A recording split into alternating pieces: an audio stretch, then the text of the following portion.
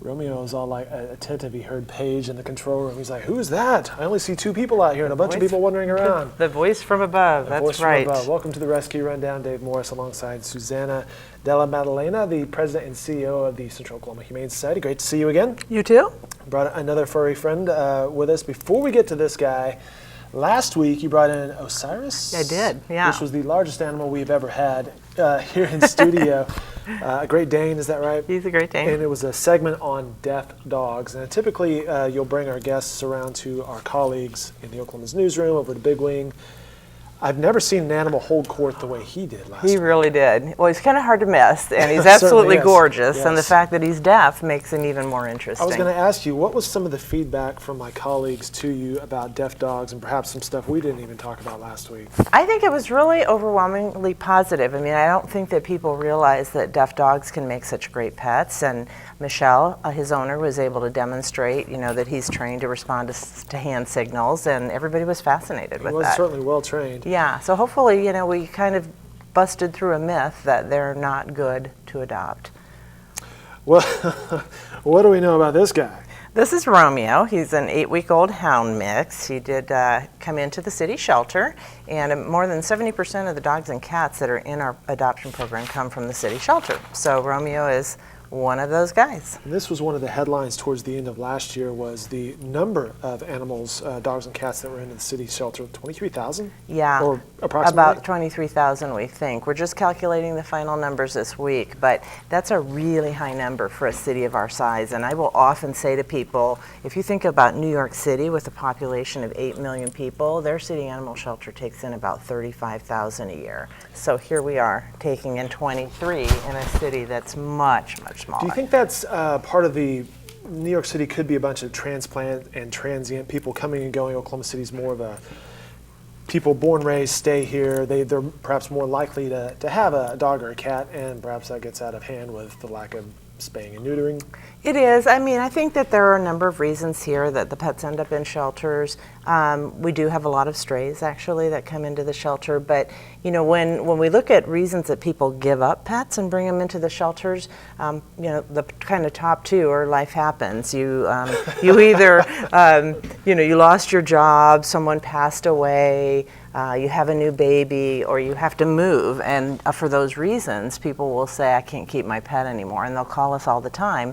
And we try to counsel them, on ways that they might be able to keep their pet despite those circumstances. You're talking about the moving. We saw the list there. That's our topic today on the Rescue Rundown, episode 67, I believe, of reasons that people could abandon or might abandon their pets. But the moving, a lot of this can be preventative, as you mentioned, such as you're moving to an apartment. There are some things you can check on. Right. More and more we're seeing a lot of pet-friendly apartments and rentals, because I think landlords are realizing that pets are a good thing. Mm-hmm. And so we recommend that people just check out in the city they're moving to what sort of pet-friendly resources exist. Also, one thing we hear is I adopted a dog and I went back to my apartment and I found out I couldn't have one.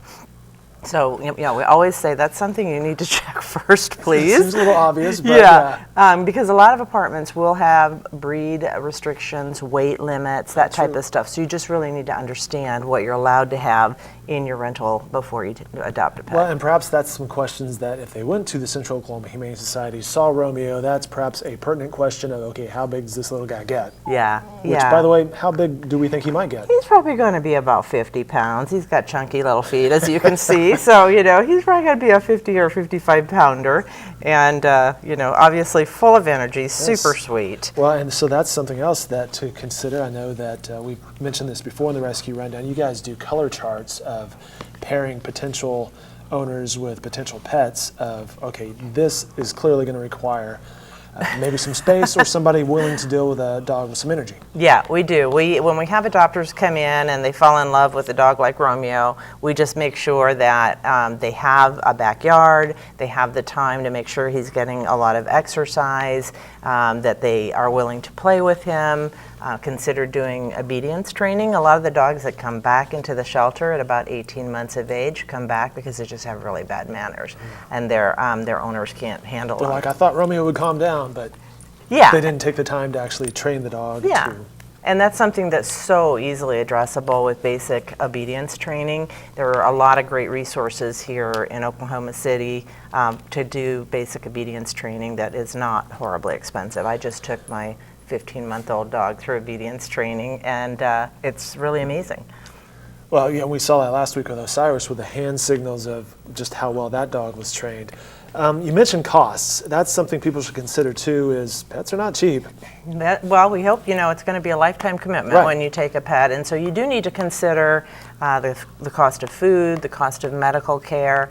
There are, again, when someone calls and says, I can't afford to fix my pet, or I can't afford to give it shots or feed it, we are clinic, our spay and neuter clinic, we provide affordable spay and neuter. We do throughout the year regularly $20 promotions where you can get your pet fixed for $20, and we have low-cost vaccines and microchips and things like that.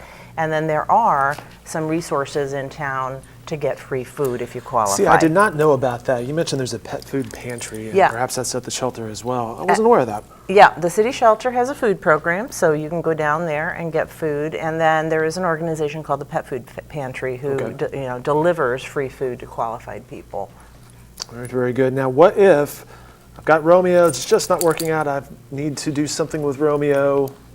Any advice, tips on that? Things to do, things to not do? Yeah, we really try to recommend to people that if they need to give up their pet and they don't have any other resort, that they try to first find a family or a friend who will take the pet, because keeping them out of the shelter is really the best thing. So if you can just ask around your circle of friends or your family members and see if you can't find another home for that pet, that would be great.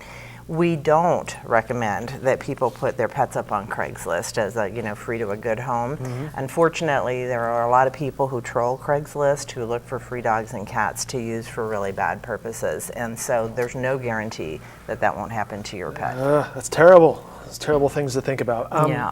Do you see any sort of typical age of intake, or is it just all over the board? It's kind of all over, but I think this time of year, going into March and April, we'll see a lot of puppies and kittens start coming in, particularly kittens and little tiny ones that people are finding and bringing into the shelter.